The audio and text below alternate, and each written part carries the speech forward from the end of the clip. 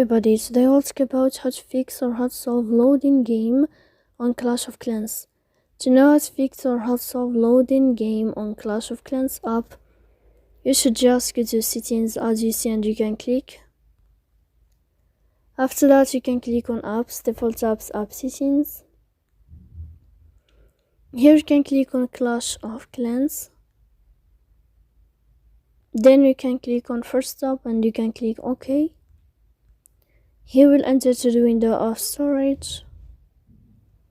Then we can click clear cache. Don't click clear detail because that can cause you errors in your app. In the end, you can turn off your Wi-Fi and you can wait a moment to turn on your Wi-Fi again. So please don't forget to support us by like and subscribe. See you next time in another video, and thank you for your attention and your watching.